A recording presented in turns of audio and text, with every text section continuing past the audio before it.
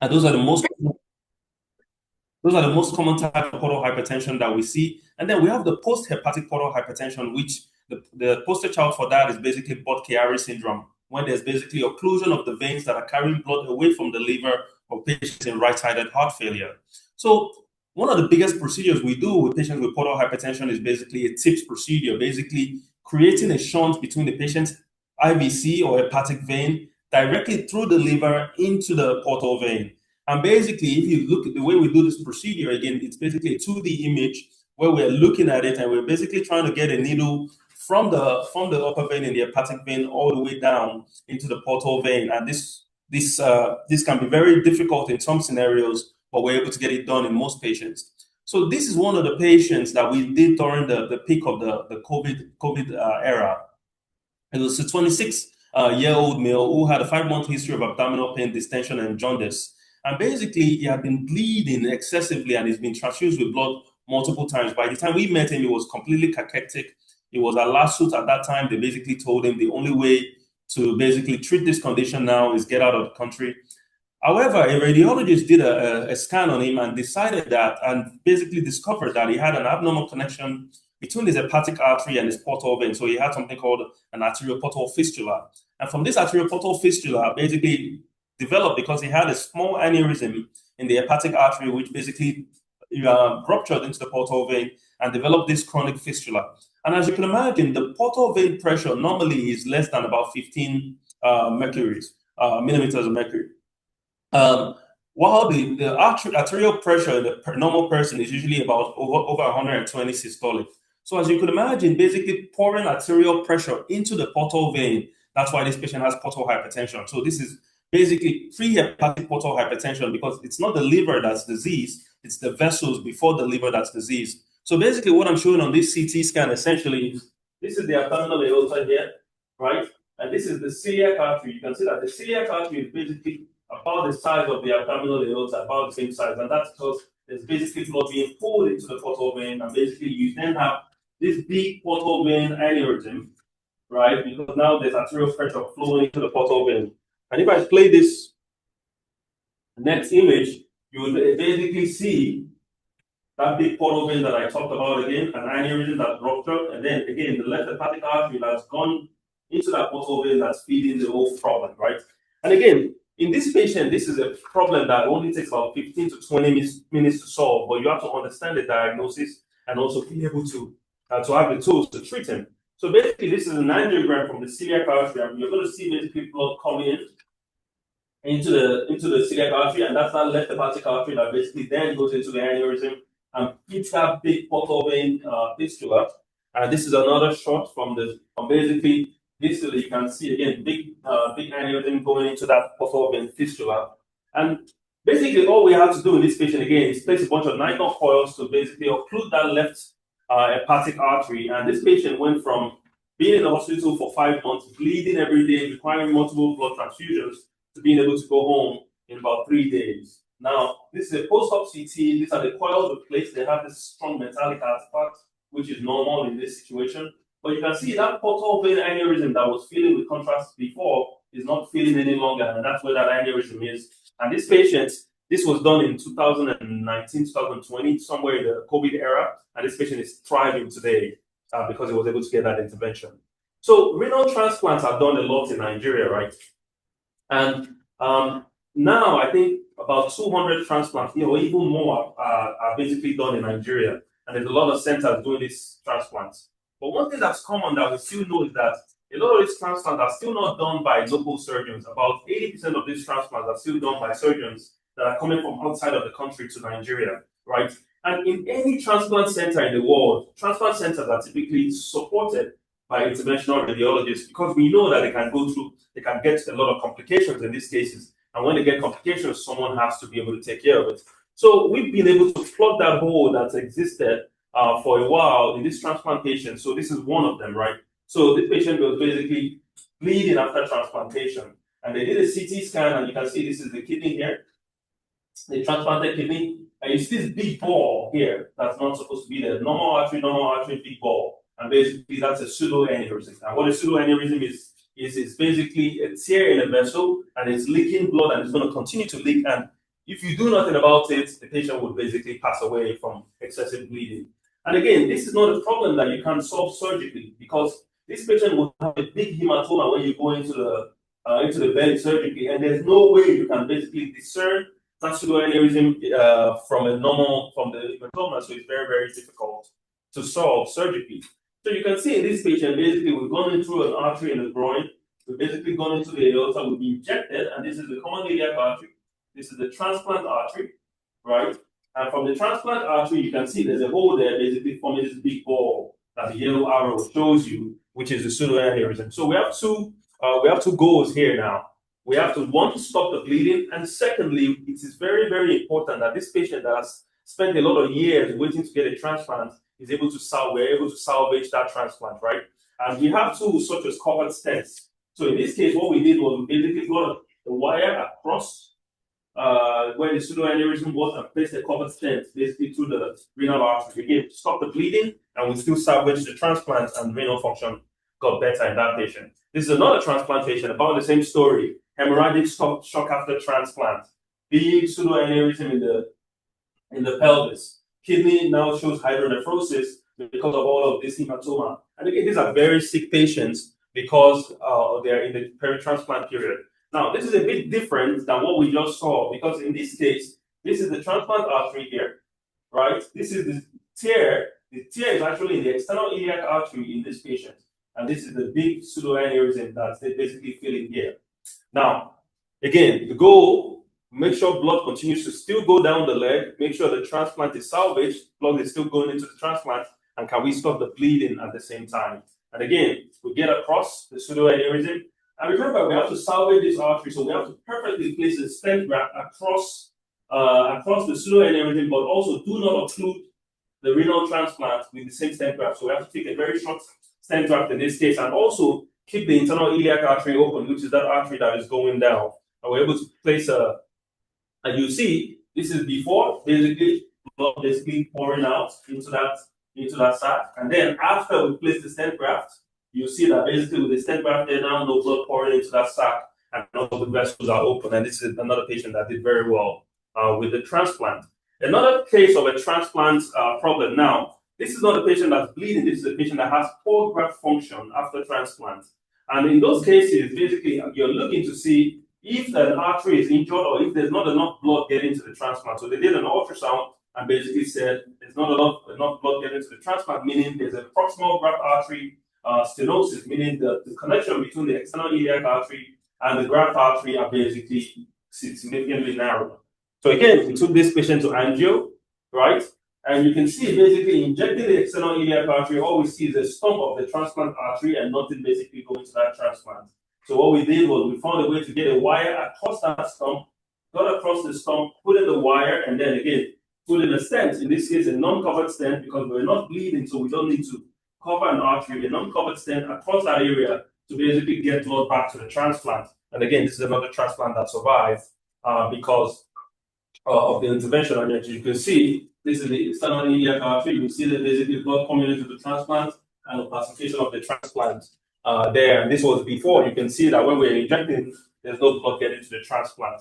And again, it is very important that we're available to take care of these patients, because transplant programs cannot exist without IR. So moving on to acute aortic syndrome. So the main acute aortic syndromes we talk about are aortic dissection, intramural hematoma, and then penetrating aortic ulcers.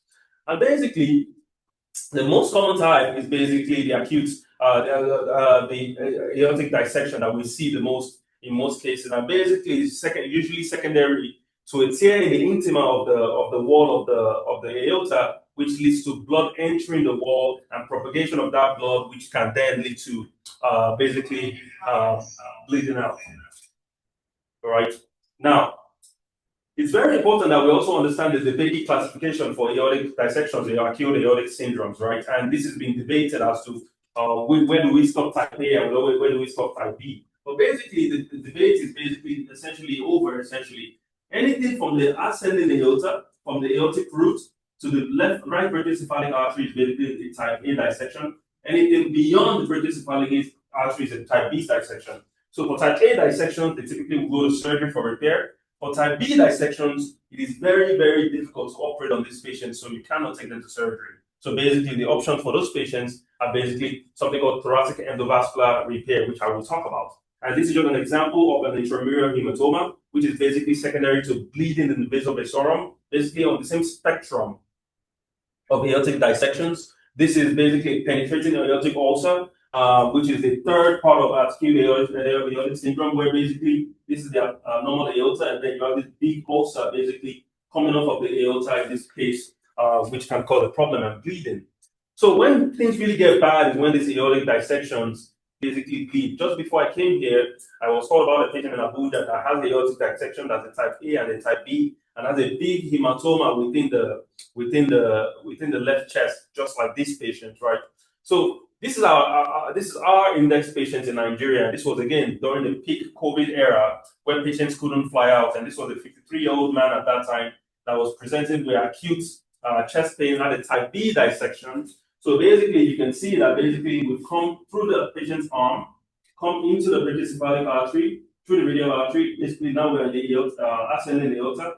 When you inject this, you can see this is the normal aorta up until here, and you see this is a big aortic dissection here, basically that's bleeding. So again, we need to basically maintain the vessels going to the brain. In this case, because we know that we have to put a stent graft at least 2 centimeters within normal aorta, we know that we can't salvage that left subclavian artery. So what we decided to do was do something called a carotid subclavian bypass. So this is before the stent graft. You can see basically injecting. You can see that basically blood basically just falls into that big pouch. And this is after a big stent graft is placed. You can see that big stent graft there. And you can see that we now basically bypass surgically the left carotid artery. 1 second. We bypass basically the left carotid artery to the subclavian artery, which then keeps the arm alive at the same time. And this is the same picture just showing you that aortic stent graft, and again, the bypass of the left carotid artery to subclavian. And we've gone on, since we've done this first TEVA back in the days, to do many more TEVAs and EVAs. This is another patient. This was actually done all the way in Ado-Ekiti at Abuad, again, during the COVID era, where this man that had smoking had a big 5.8 centimeter AAA aneurysm, and we're injecting here. Unfortunately, we don't have great images, but you can basically imagine a big aneurysm here and then the iliac arteries. Again, in this case, we've gone in endovascularly through the patient's groin with a cut down and placed this trouser graft that basically excludes that aneurysm sac and continues to bring blood back into the legs. So in other cases now, we do pretty much routinely in the country without having to fly patients out of it. But sorry about the noise. This is another patient actually that this was just last year. A patient that ruptured the left iliac artery aneurysm. So this is the right iliac artery, which also looks diseased. This is the left iliac artery, and you can see this big aneurysm off of that left iliac artery. And when I play this video, you can see basically that aneurysm coming off of that iliac artery. This is a very, very, very simple problem to solve. It basically just requires placing a stent graft across that artery, basically to stop the blood flow going into the aneurysm sac and basically protecting that artery. But again, it requires us to have all of these things in country ready for patients in emergencies. It doesn't lend itself well to waiting for patients to come. This was an interesting case of a 20-year-old in Abuja that had a big renal mass, right? And when this patient had this big renal mass, they diagnosed it as renal cell carcinoma, and they basically took him to surgery. They opened him up, and in surgery, they basically saw a big pulsating mass. So he did not have renal cell carcinoma. And quite honestly, this CT I'm showing you was done before surgery. So I'm not sure how it was interpreted that this was a big renal cell carcinoma, right? And again, this is why as clinicians, surgeons, it's so important to also understand imaging to an extent, be able to interpret images yourself without completely relying on radiology, although radiologists are supposed to be the experts. But taking this patient to surgery, in my opinion, was probably criminal. Anyways, they took the patient to surgery, looked at this, and basically called me from Abuja and said, there's this 20-year-old with renal cell carcinoma. We've gone to surgery. There's a big pulsatile mass. We think it's still renal cell carcinoma. It's not salvageable. We just want you to embolize. So they sent me the CT, and I said, it's not renal cell carcinoma. This is a big pouch of blood sitting here, right? Same opacity as the aorta, right? So we flew to Abuja because this was a very, very sick boy, right? We flew to Abuja, and basically we went through the patient's artery in the wrist. And from that artery in the wrist, we come down the aorta. We basically access the left renal artery. And when we access the left renal artery, I'll show you this video first. You will see basically a big ball of contrast bleeding into this thing, basically like Hiroshima, right? And in this case, we did not have a stent graft that could basically reach from the wrist all the way to the kidney, and we couldn't get access from the same vessel, from the groin into the same vessel. So we basically decided to sacrifice that left kidney, and what we basically did was basically put in a bunch of coils across the artery that was bleeding, and this was the tear in the artery. And again, the boy survived because again, you can survive on just one kidney. So this is a topic,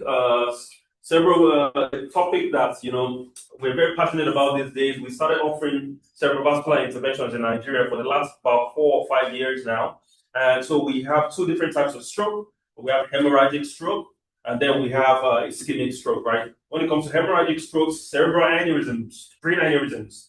Interestingly, if you put 100 people in a room, in this room, 2 of them would have a brain aneurysm, right? That is the prevalence of brain aneurysms is quite common. So 2% is a big deal. If you think about the population of Nigeria, 2% of people in Nigeria having brain aneurysms, right? So we also have arteriovenous malformations. We also have patients that have hypertensive hemorrhage. So in our practice, we offer endovascular coiling of brain aneurysms. So there's 2 ways to treat brain aneurysms. One is surgery, where you basically open up the skull, you do microscopic surgery to go clip it. The second one is endovascular coiling, and it's been clearly shown that the safety of endovascular surgery trumps surgery over big meta-analysis. And basically, the world has basically moved towards endovascular coiling in most of these patients. Not that we still do not get complications or bad things cannot happen during coiling, but it's been clearly shown that the more we can move towards coiling and away from surgery, the safer we can get. Again, very important to have the experience to do this. Now, this is a patient with an anterior communicating artery aneurysm. So basically, this is the carotid artery, internal carotid artery here, the middle cerebral artery going there, the anterior cerebral artery coming here, and in this area is where you get the anterior communicating artery, which basically connects the anterior cerebral artery on both sides. And as you can see, this outpouching, this small outpouching you see, can cause a significant amount of bleeding and a significant amount of trouble. And basically, to treat this, basically what we've done is, again, place a bunch of coils into this pouch. And again, with these cases, we want to place coils here, but we don't want those coils to ever get into a normal vessel because basically that's a stroke, right? So every time we're doing these cases, we do them with a lot of respect, right? And basically in Nigeria, we don't have biplane imaging. So normally in most places in the world, they have an X-ray on top and X-ray on the side to look at this in a 3D manner. We don't have that in Nigeria. So we have to do a lot of planning on CT, basically to plan our angle so that by the time we get into the room, we know what angle to put the II. So we suffer a lot, but we're still able to do these cases. So basically, this is another one of our cases. You can see basically with cerebral artery, big aneurysm there. After coiling, you can see that we basically put in a bunch of coils into that aneurysm and excluded the aneurysm sac from normal circulation. So this was actually interesting. This was just on Monday. This happened. This case. So this is a 27-year-old female that had recurrent headaches for about a week, right? Sickle cell disease patient, was seen by neurosurgery, and this is the best neurosurgeon that does aneurysm clipping in this country. But we also know that even when you can do surgery, there's a significant limitation to doing surgery in the posterior fossa for aneurysms, right? So this is the vertebral artery here. This is something called the posterior inferior cerebral artery, and you can see that small aneurysm coming off of there. That's what's causing all of the problems. Neurosurgery saw the patient and said, we cannot operate, right? Which means if we do not have the endovascular option in country, that patient has been sentenced to going out of Nigeria. And remember, flying with a brain aneurysm is no small feat, or dying, right? But again, we collaborate very closely with neurosurgery in these cases. So they called and basically said, can you coil this? And again, in these cases, this is probably one of the most dangerous aneurysms to treat, even endovascularly. So we have to treat it with a lot of respect, especially in a 27-year-old female, right? Because anything goes wrong, it's basically game over when you're coiling this. But we took the case on and we took her to endovascular coiling. And as you can see, basically, we've come up the vertebral artery coming up here. This is the pica, the posterior inferior cerebral artery, and this is the aneurysm here. And again, we basically safely went in there, placed the coils, and then you still preserve the pica, because if you occlude the pica, that is also game over in this situation. So you can imagine, when we're working with our team in this case, we make sure everybody is alert to what is going on. Everybody understands their role in the room, because quite honestly, when we rupture a brain aneurysm in the room, unless everybody does what they're supposed to do very fast, the patient dies. There's no question about it. So we only do these cases in very comfortable and controlled situations, right?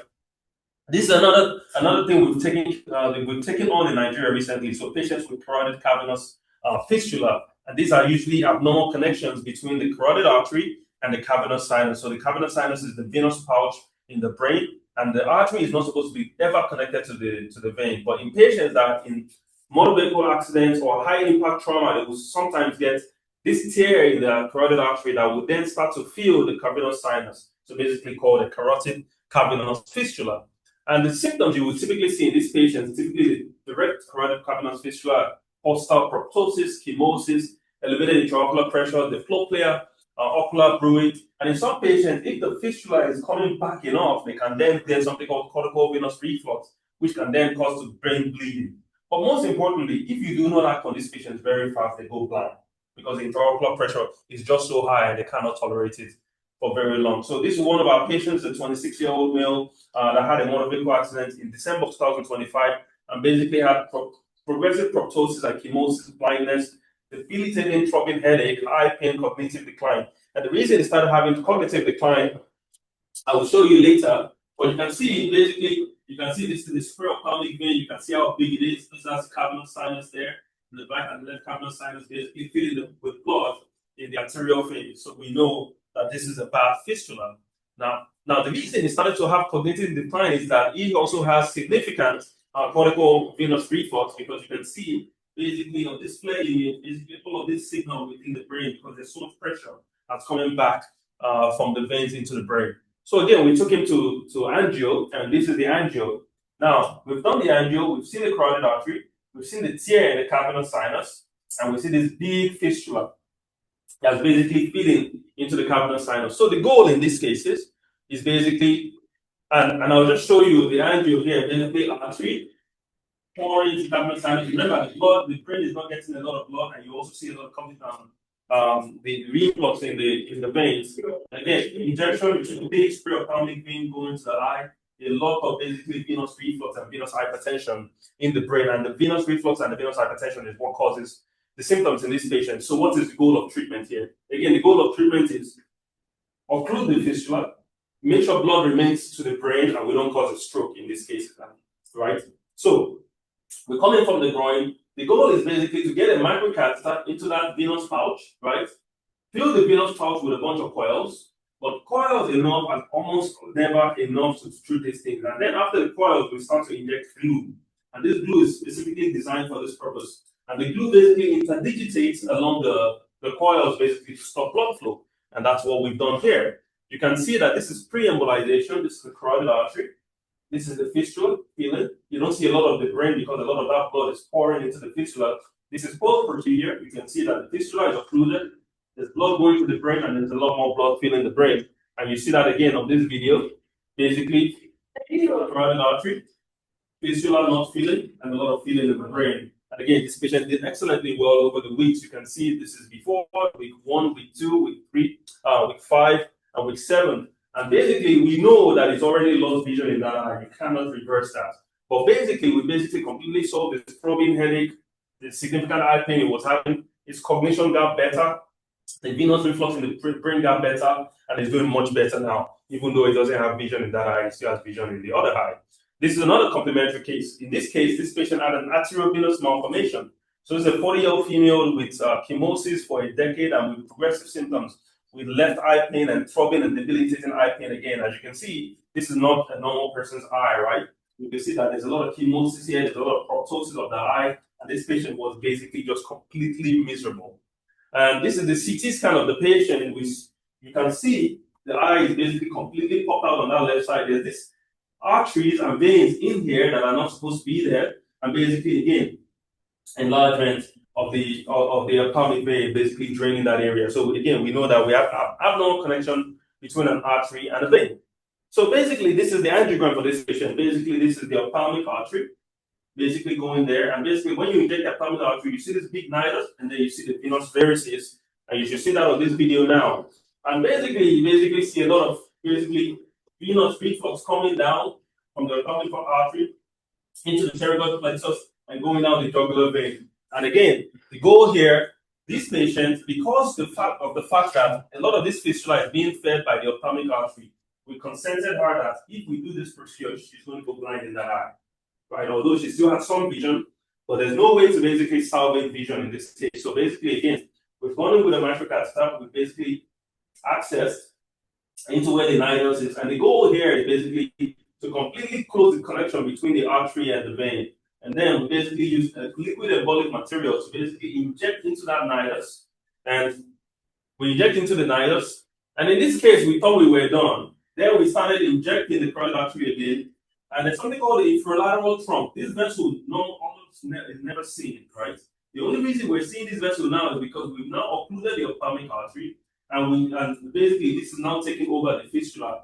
We tried to get into that vessel for a while, we couldn't because it's just so small, right? And you can see basically carotid artery into that, and the infralateral trunk are still feeding the fistula. But we've already done a good job here. So remember, there's two vessels that go to the head. There's the internal carotid artery and the external carotid artery. And in most of these fistulas, when they're fed by the internal carotid artery, they're also fed by the external carotid artery.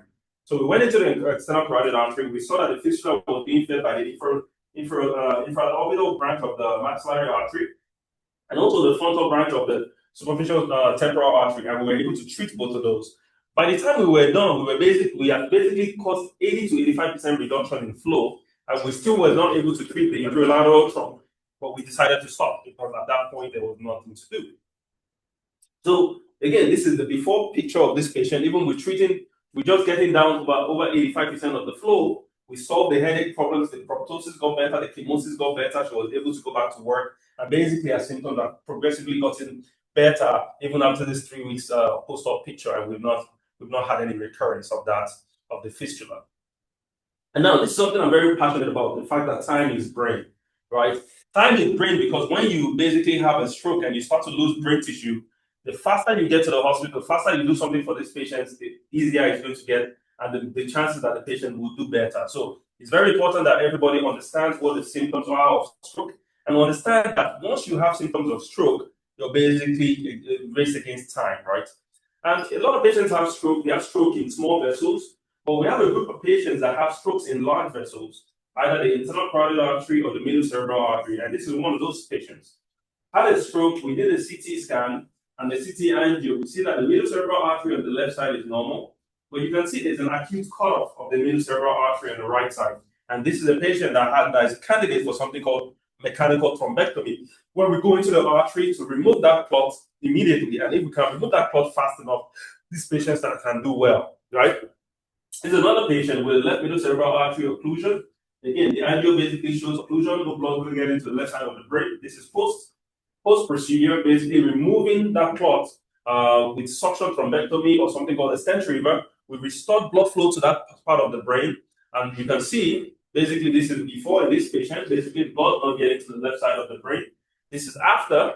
You can see that the middle cerebral artery and all of its branches are now open, basically getting blood to that left side of the brain. And you can make such a big difference in the lives of these patients. This is another patient with a right-sided middle cerebral artery occlusion. And again, before, no blood getting to the right side of the brain. So some of these are playing backwards. No blood getting to the right side of the brain. And then after,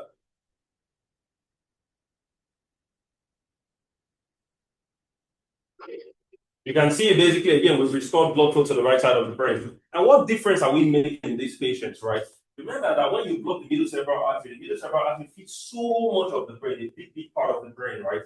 If we can basically get to the patient fast enough, typically, usually within 6 hours, we've even gone up to 32 hours in some patients if you have good collaterals, right?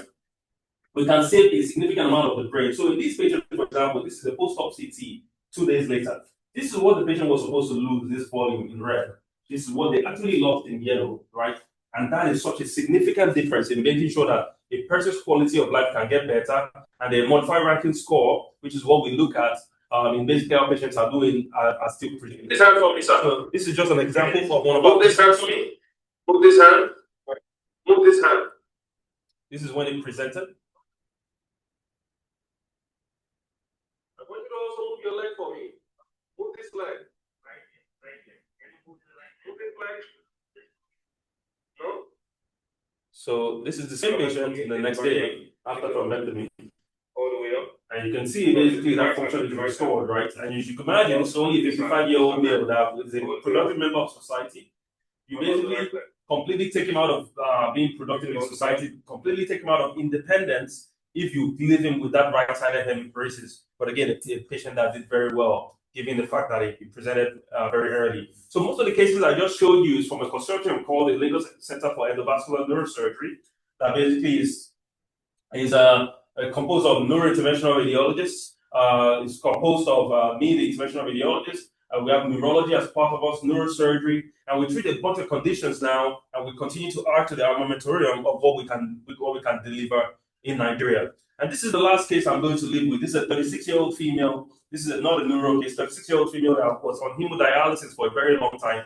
And then, you know, for a lot of these hemodialysis patients, they are usually getting multiple catheters, which causes blockages in the vein in their chest. So this is a patient that had a brachiobasilic fistula for a very long time, and basically then had an occlusion of the brachiocephalic vein coming into the chest, and this patient had debilitating arm pain, right? And in most of these cases, we can basically go in with a catheter and wire and cross that occlusion and put in a stent. But we spent 4 hours on this patient, and there was nothing we did that we could cross that occlusion, no matter what we did, right? But one of my colleagues from the University of Pennsylvania had written a paper maybe a year earlier about this technique called percutaneous extra-anatomic venous bypass, and we had never tried it in Nigeria. So what we did was we got cardiothoracic backup just to stand there while we did the case, just in case we ruptured something, right? And we're very scared that we're going to rupture something. But we appropriately consented this patient and said this was the last option. And basically, what the percutaneous extra-anatomic venous bypass is essentially bypassing one vein to the next vein without opening the patient up, right? And putting a stent graft in from one vein to the other. And this looks much easier than it is. This case because nearly 4.5 hours to accomplish, but we're able to accomplish it, right? So we've now gone into the vein, and we found a way to connect through the percutaneous route this wire to basically the brachiocephalic vein on the other side without opening the patient up. Again, this is all done percutaneously. And we then place the stent graft across that connection, right? Basically to then start to drain blood after we put in that connection. And you can see this is a patient. This is just a week after the procedure. This is our arm. Our arm was aching. She basically lived a very poor quality of life. And this is a week after in clinic because of all of that venous hypertension is gone and the hand got much better. So essentially, endovascular therapies are here to stay in Nigeria. We've delivered a lot of endovascular therapies. We will continue to deliver endovascular therapies and increase the armamentarium of what we can deliver in country. Thank you very much.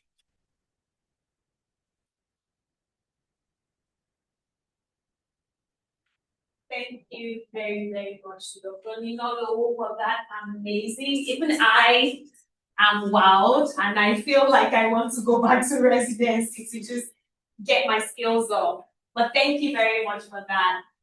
Does anybody have questions, comments online? Let me check the chat and see.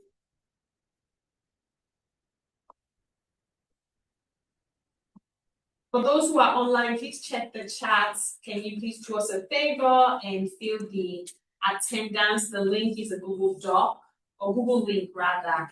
It's in the chat. I'm gonna stop sharing. Do we have any questions? Somebody has a question. Dr. Chidi has a question. Please go ahead. Thank you for your presentation. You didn't cover prostate artery embolization. Do you have any experience with that, and what are your views on that as modality for managing obstructive leak and prostatic or bladder hemorrhage? Okay, very good. So we actually have a lot of experience with prostatic artery embolization. I don't know if you saw Dr. Akinola, the urologist, earlier here. The reason he came to talk to me was because he needed me to do a prostatic artery embolization for one of his patients. The biggest prostate that we've embolized in Nigeria was 760 grams. That was done about 3 weeks ago. So, but we basically embolized prostates from, small to medium-sized prostates all the way to really large prostates that are obviously very dangerous to do surgically, right? We also are in a lot of we also do embolizations for a lot of patients that are having hemorrhage from the prostate, right? And people don't want to take them to surgery in those situations. The one caveat to prostate artery embolization is that the urine almost has to be completely clean before you do it. If you do it on a patient whose urine is not clean and they get into prostatitis, it causes severe sepsis and most of them will die. So one thing that we've been very careful about recently is making sure that patients are properly treated, their urine is sterile. If the urine is not sterile, we just move on. So yeah, we have a lot of experience with PAE here. All right. So I know that, a lot of these things that you talked about are like super duper amazing things. One question is, which I'm sure a lot of Nigerians will be curious about, we got that last time, is what is the average or estimate, like minimum, anyone who's getting your service, what is like the minimum? That's one. Do you work with insurance? It's just, I think it's good to know, because if we're trying to get. So the truth of the services that we showed, there's so much of a wide range, right? So neurovascular services, for example, compared to, let's just say, embolizing a prostate, completely different ballgame and what the costs are, right? Yes. So a PAE now, embolizing a prostate in Nigeria, it's about 6 million naira or something, right? A brain aneurysm case, depending on how complex it is, if you need like these stents that we buy from abroad, some of these stents can be $11,000 for one stent, So the brain aneurysm cases can go, some simple ones can be about maybe $11,000 themselves, but when they get expensive, they can get stupidly expensive, even up to $30,000. All right. Thank you.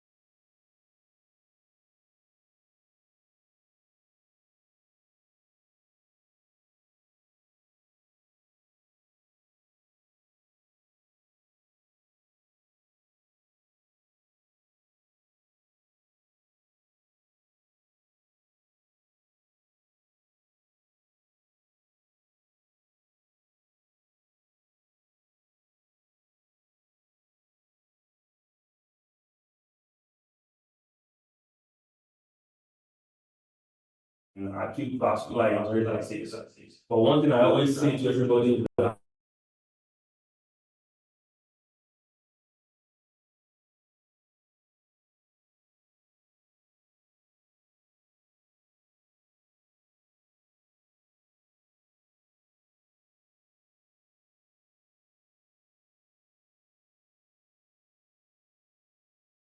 opportunities to get these services and they have the funds to pay for it, but they can't have it because it's not available. So the first thing is availability, increasing training and sustainability. So what we've also done is basically we've made sure that we're training doctors from basically public hospitals and university hospitals that can deliver some of these services at a cheaper rate. But again, for example, the person I trained that went back to Ibadan, they don't have a capital in Ibadan. So you can't do all these fancy endovascular procedures, right? So the system also has to then support the people that are being trained, right? But there's a lot of layers to this. Our job is to make sure that these things are available and readily available when people need it. All right. Thank you very much. If we can give thumbs up online, round of applause for Dr. Ninalowo. Next. What? Oh, is there anyone in Kaduna who has been trained? No. Okay. Well, none for now, but you can always reach out to us, secretariat at dfcare.org, and we can always connect people who need training, but also IRDOC is online, and you can always reach Dr. Ninalowo and their team. So next is, thank you very much. So next we will have a presentation from our representative from LEADWAY. I'm going to try and load that up. Just give us a minute.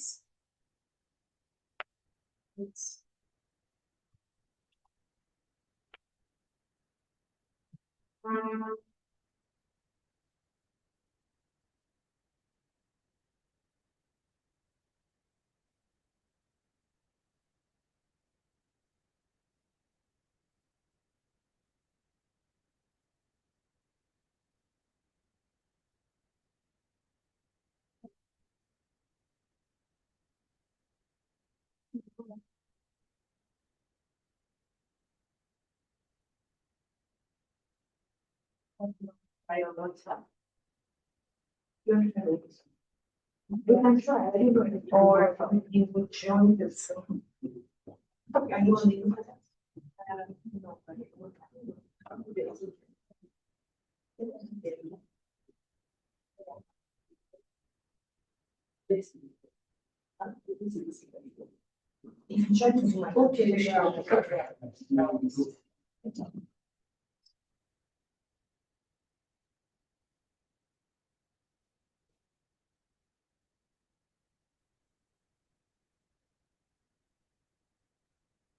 We do have some refreshments, but that will be after the presentations. We have our sponsors, Cooks Indoors. They are a culinary company, and they specialize, aside doing catering for events and stuff, they specialize in supporting hospitals and health facilities in providing meals for quality, nutritious meals for patients. And another sponsor is Zayis Yogurt that will be giving us some of their refreshments. So we will get that.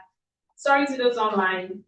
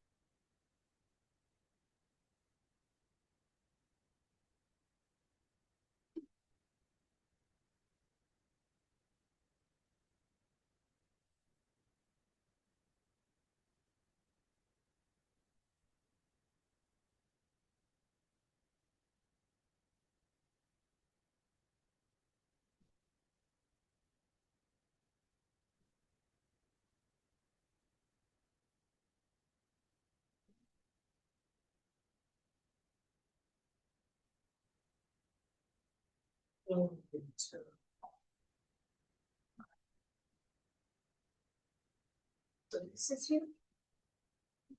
So now share your screen.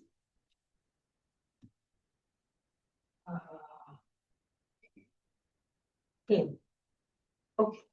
So share your screen.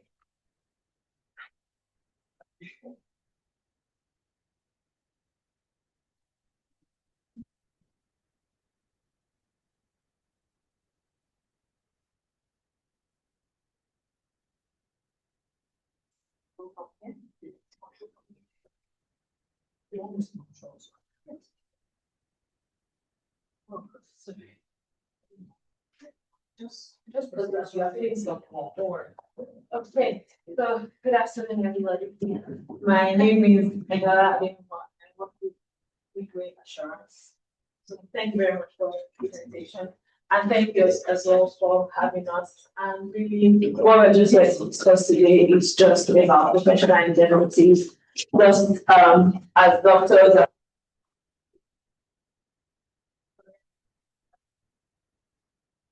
considering that an increasingly litigious society because patients are now more aware of their rights.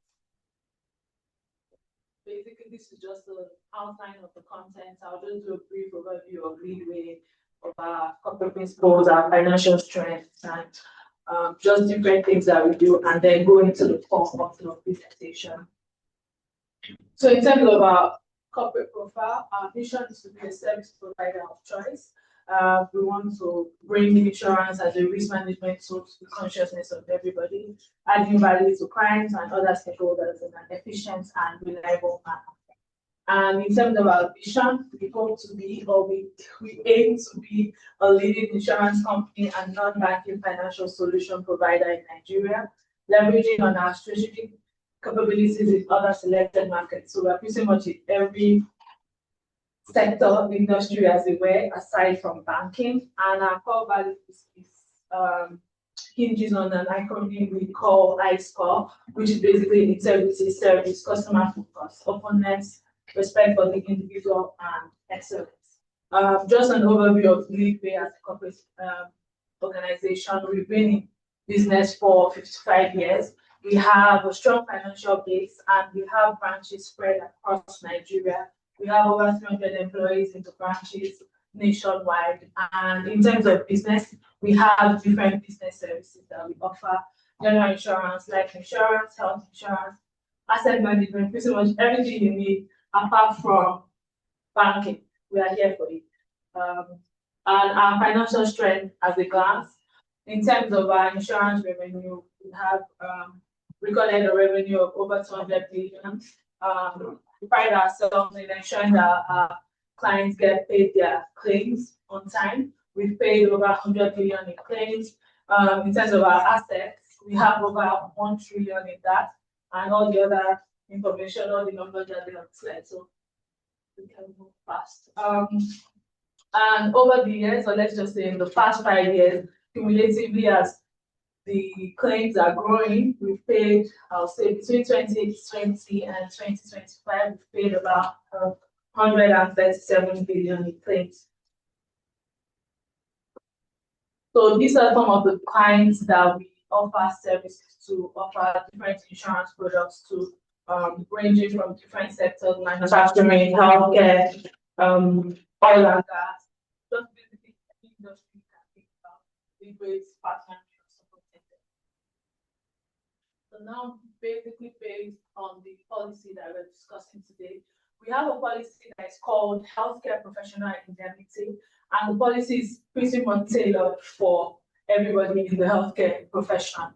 And we understand that anybody in the healthcare profession, they make critical decisions on a daily basis that will heavily impact on patient decisions, patient outcomes rather. And then, you know, even with, no matter how skilled you are, no matter how much knowledge or experience you have of it, you will still have cases that come up with allegations of negligence or omission or misdiagnosis. It's just part of what happens. And, you know, it's just, unfortunately, bad news spreads faster. It's just one bad thing that can lead into huge legal costs. A much bigger cost would be reputational damage, and even like financial exposure that would affect your balance sheet. So the policy pretty much serves as a financial safety net that allows the healthcare professional to go about their duties and ensure that, you know, they can focus on giving adequate quality customer patient care, and having at the back of their mind that the insurance is there to manage any professional risk that comes up. So I mean, some of the common causes of medical liability claims is misdiagnosis or delayed diagnosis, errors in prescription, errors in medication that is given to a patient, or failure to receive or obtain informed consent before maybe giving a treatment to a patient, for example, not having adequate documentation on the file, or even between teams, there's a communication breakdown, or delays in treatment or referral of a patient for treatment. So, of course, as I said earlier, patients now understand their rights, and it's important for patients to be adequately informed about the treatment options, so for them to know the pros and cons, and then whatever decision that they make, that should also be documented so that communication is clear, is transparent, everybody is aware of what they are doing, the patient is aware, the doctor is also aware, because patients that feel informed and respected or felt like they had the options put on the table, they are less likely to escalate disputes into litigation. And what does the policy pretty much cover? Any legal liability that arises from professional negligence, any errors in healthcare intervention,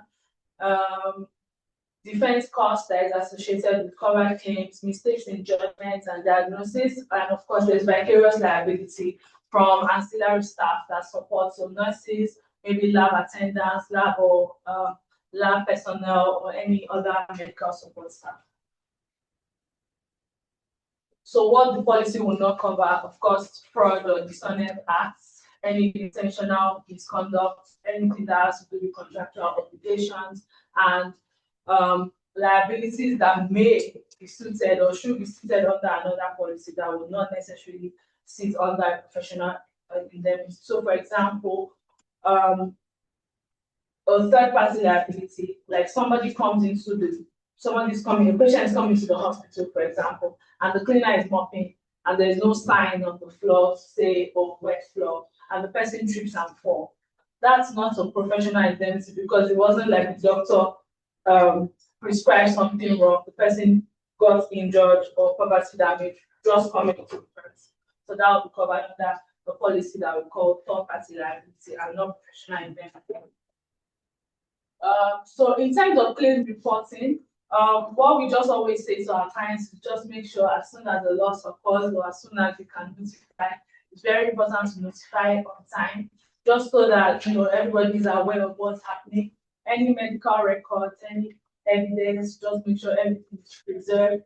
And then of course cooperate with the investigators and any investigations that are going on around the claim. Just the most important thing is to have proper documents and just notify on time, just so that everybody is carried along right from the get-go. Of course, the importance of documentation. I think this is probably a bit easier now with everybody using tech for almost everything, but it's just important to have proper documentation, proper records, make sure that consent is recorded properly so that if there's any treatment, any follow-up plans, everything is clearly captured so that, in some cases, it's that documentation that pretty much makes a difference in a case if we charging someone with guilty or not guilty. So the documentation is very, very important. Of course, as the world is evolving, technology is evolving, there's a lot of emerging risks that we think that anybody in the healthcare profession should be aware of. Of course, people are now more receptive to having telemedicine or virtual consultations. There's now, records are now being kept online as opposed to files being passed through different doctors as they were, depending on what the patient is being treated for. Of course, there's now more awareness around data privacy, patient confidentiality. We also have, patients are now more aware of their legal rights. So as things are changing, it's important for healthcare providers to adapt their risk management practices because medicine is becoming more digital and everything is becoming interconnected. So basically, what we're just saying is that we're not saying that you should be more conscious about litigation. We're just saying that you should be aware that there's an insurance policy that can be part of your framework in terms of your risk management, in terms of risk governance, just to ensure that while you are attending to patients, you're attending to them with the confidence that you're giving them quality care, and in the event that a claim happens, LEADWAY Assurance is there to support you with insurance.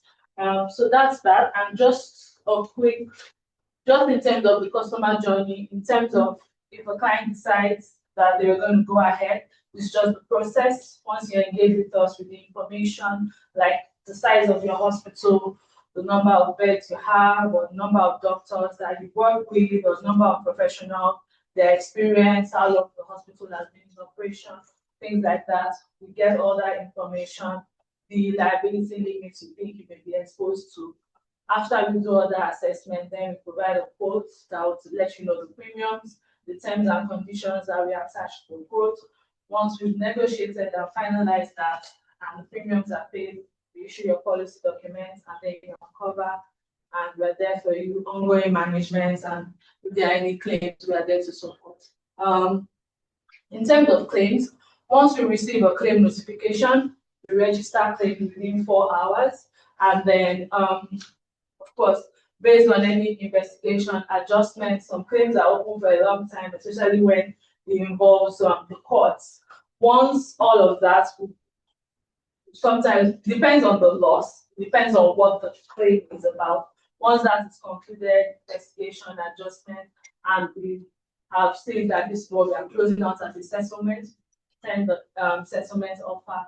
Once that's agreed upon and the insured sends the discharge voucher, which is basically you just giving us your details and consenting that you agree to the amount that we are paying out for the claim. Once we receive that, we always make sure claims are paid within 3 days. And as I said earlier, we have branches nationwide, all the way up in the north, Kaduna, Kano. We have agency offices as well. So we are one stop away, one call away. And that's all. So as we say, leave nothing to chance. Thank you again for giving us the opportunity.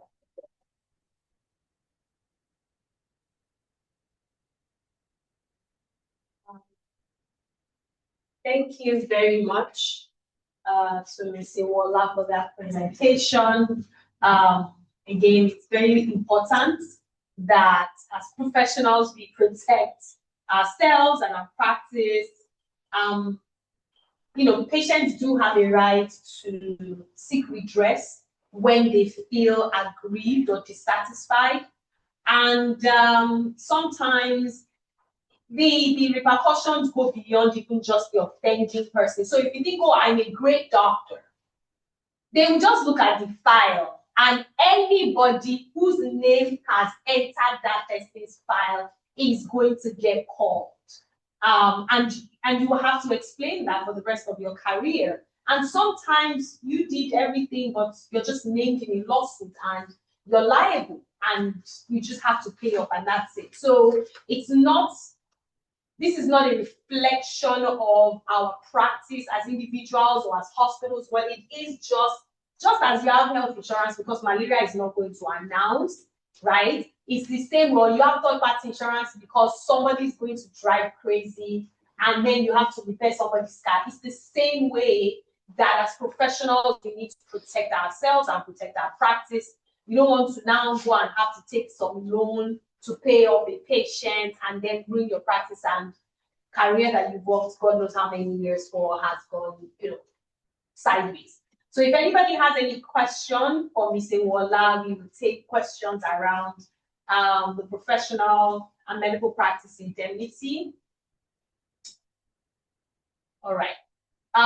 Please fill the attendance for those who are online. For those who are in person, I think most people have filled it. There's a QR code being circulated, because the additional information, contact information to our speakers and presenters will be circulated by email. So if you don't fill our attendance, you will not get additional information. MedBooks is here. They're going to talk to us about money, and we all know that money has to be complete. So I will call on Mr. Kenny from Pluotos Page to talk to us about medical practice, bookkeeping, and accounting. Please fill the form online. I would really, really appreciate it. I'm going to share my screen now for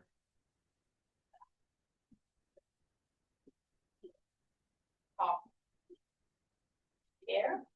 And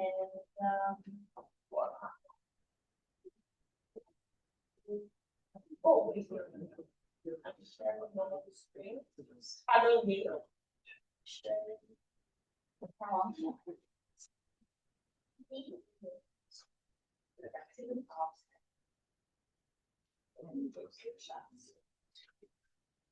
See everything.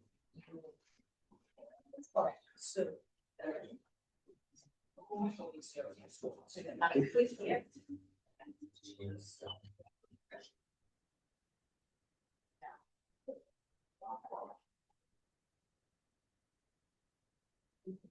You just have to speak. Yeah, just have to speak. You don't have to, but you don't have that. Okay, so good afternoon, everyone. My name is Ken Ninalowo from Pluotos Page. We're here to just educate and then, of course, ask some questions that we expect that doctors or medical practitioners should ask. I'll take a cue from something that Dr. Ninalowo said earlier on. When he was asked about can you make services available for people, or how do you make such an expensive service available for people? He answered very honestly, it's not the government. And then, of course, his own role is to provide the service. So that means at the end of the day, for any private hospital, clinic, or medical practitioner, there's a question that we regularly like you to ask. And that's the question is, you trust your diagnosis? Do you actually trust your numbers? You're running diagnosis, you're carrying out tests, you're providing the medical services. What about the backend, which is particularly when you're not a non-profit organization, you are actually to make money. So do you know your numbers? So what we're here to do basically is to provide you with financial clarity, where we're asking you to ask questions that actually makes you prepared to answer properly, particularly if you're looking for investments or you're looking for partnerships. Okay, next slide. Okay, good. So yes, so we often have these financial blind spots that usually they're there, but they are hiding the inside. So now the first one here is revenue streams that never reconcile. That means that you are providing consultations, you're having people coming into your hospitals or your clinics, you're carrying out procedures, and sometimes we even have an in-house pharmacy. But many times these are being tracked separately and can eventually give you issues when it comes to reconciliations. You also have HMO claims. LEADWAY has probably told us about that. But you sometimes can have an issue where those claims are delayed because they are not properly tracked. You have issues where a single claim can cost a whole lot, but because they were not properly documented, you can't actually track them and get the money that's been owed your clinic. Then you also have you really can't tell what was your exact cost per service. It's not visible. It's not clear. You can't really say what your facility is actually, costing per procedure. What exactly are the numbers for your overheads? Then, of course, there's the payroll complexity, where many times, particularly if you're a multi-service clinic, you have doctors, you have radiologists, you have pharmacists, you have different people working with you. You have even sometimes locums around you, and you have a burden that you're probably not prepared for. You have a burden of accounting for all of these figures. Then, of course, there's the end of year scramble. At the beginning of this year, the Nigerian government decided that we're going to enforce taxation properly in a much more defined manner. And then we now have a lot of people trying to scramble around for how to do their financials and be tax compliant. Those are things that we need you to be able to answer through us. Thank you. So yes, you have a facility. You have many times you could be running one facility and then you have different ledgers. You have people who are keeping different records at different departments or different parts of the clinic. But you should be able to have one through picture of your profit and loss. Are you making money? That really is a question we need you to be able to answer. Because sometimes you could have a revenue that spirals into hundreds of millions, but you're actually not making money. It's just inflows. But at the end of the day, those inflows do not pay your bills. And then you are actually in trouble. So you have consultations in our pharmacy, admissions, procedures, but the question remains, are you making money? Are you in profit or you are making losses? So, can I just start? Okay. Yes, so there. Okay. So now this was a real life issue. Just as we have this cohort for hospitals, private clinics, we also have MedBooks for pharmacists. And we had a test run for a particular pharmacy where we're able to help her to go through our books. And we found out that in over about 60 days, we're able to help her to trace money that was actually lost in HMO claims. I mean, this money was ours, but she had no traceable records. But because we're now able to access all the financials, we're able to audit our accounts and tell her, oh, this particular money is outstanding. You have 1.2 million naira outstanding that you are yet to claim from so people. This was because she engaged us and we're able to go through our financials. So we actually found money that was already ours, but she did know she couldn't trace it, but she was not able to trace it and claim it properly. So a single delayed claim can cost you a whole lot because you didn't keep proper records. Next slide, please.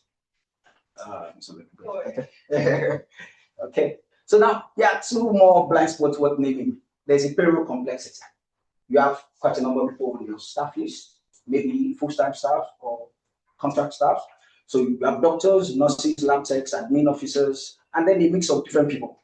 So usually, particularly if you are the doctor in charge or MD, CEO, or the founder, most of the time, the burden in your mind is how to get the hospital running, how to keep the clinic running.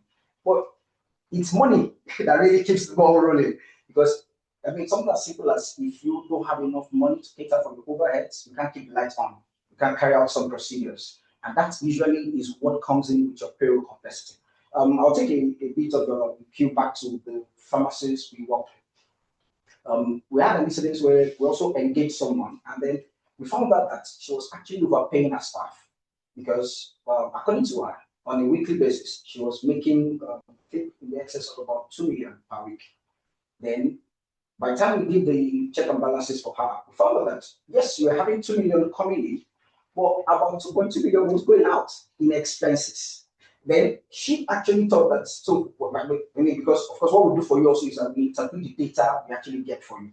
That data also was able to tell her that, oh, I'm overpaying this person, because she actually had a sales staff who was supposed to generate income, but the money person was not the reconciliation should, oh, I shouldn't be paying up to this amount, except this person is making more money, I shouldn't be paying this amount. So you need that data to be able to actually know what to do in your hospital. Then, of course, there's the end of year-end scramble. You actually need to get your books in order. The usual issue about, oh, what's our end of year balance sheet? What's the report looking like? Those are things that MedBooks can handle for you properly. Next slide, please. So yes, MedBooks for private hospitals and clinics. Now, the same rigor we have, brought to community pharmacies, we actually have a lot of them now really wanting to use our service. We are also bringing that to hospitals, clinics around. And what we're simply saying is that every revenue stream will be properly reconciled. You are doing consultations, admissions, procedures, in-house pharmacy. You actually will have one true profit picture. You are able to see at a glance whether you are making money or you are not. And then we can actually tell you what to do better, where to cut down, where to actually, one of the things that we're able to do for one of those pharmacies was we were able to tell her where she was making more money, because she was running a multi-branch system, but she didn't know that the particular branch she was ignoring was actually the one where she was actually having more sales. She just saw everything as inflows. We're able to now interpret that data and say, you need more staff here because if you are generating more traffic, you need to actually start this area more and do more there. Then, of course, there's the HMO claims. We're able to help you to track it to the last minute. You're not going to lose any money. Every claim is followed up until it is paid. There's no such thing as spending it because you are now actually being tracked properly. Now, this is very important. We want to make you also bank ready because we're going to provide you with ICANN certified audited accounts. Now, usually this comes in particularly when you're looking for investors. There's no investor that is serious that will not ask for your books. They are going to ask you what exactly is going on as such as your financials. And you don't want to be in a bad position where you say, we're making money. Nobody wants to hear that. They want to see the records. So we're going to be presenting you with proper statements that investors, lenders, and partners can actually accept.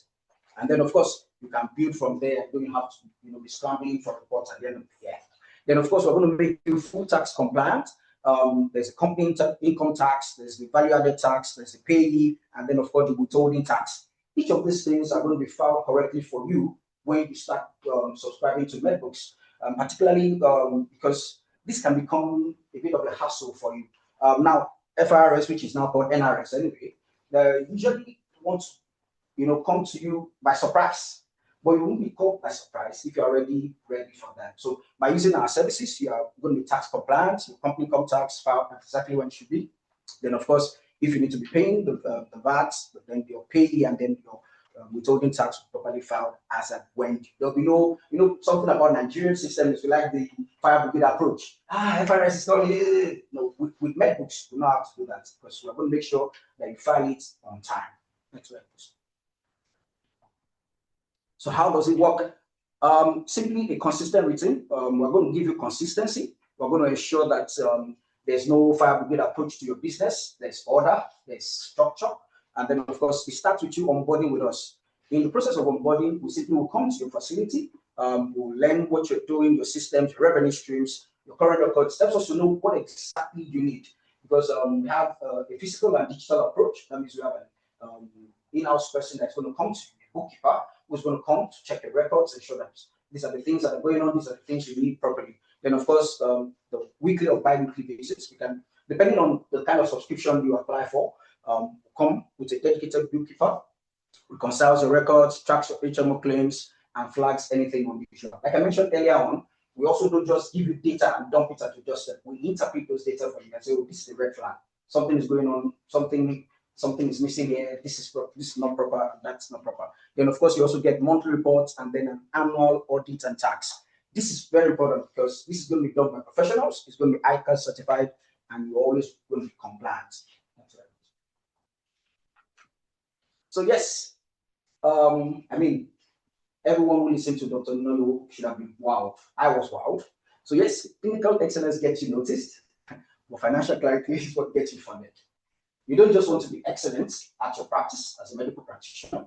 You also want to be fully funded. You want to be able to actually carry out your medical practice without the headache of are you making money or are you actually bleeding financially. And that's where we come in. We know that a couple of people, maybe those online, those here, you actually are probably seeking investments or partnerships. You also want infrastructure financing. No serious investor or partner moves forward without clean, audited financials. There's nobody who wants to put in money in a place that is organized.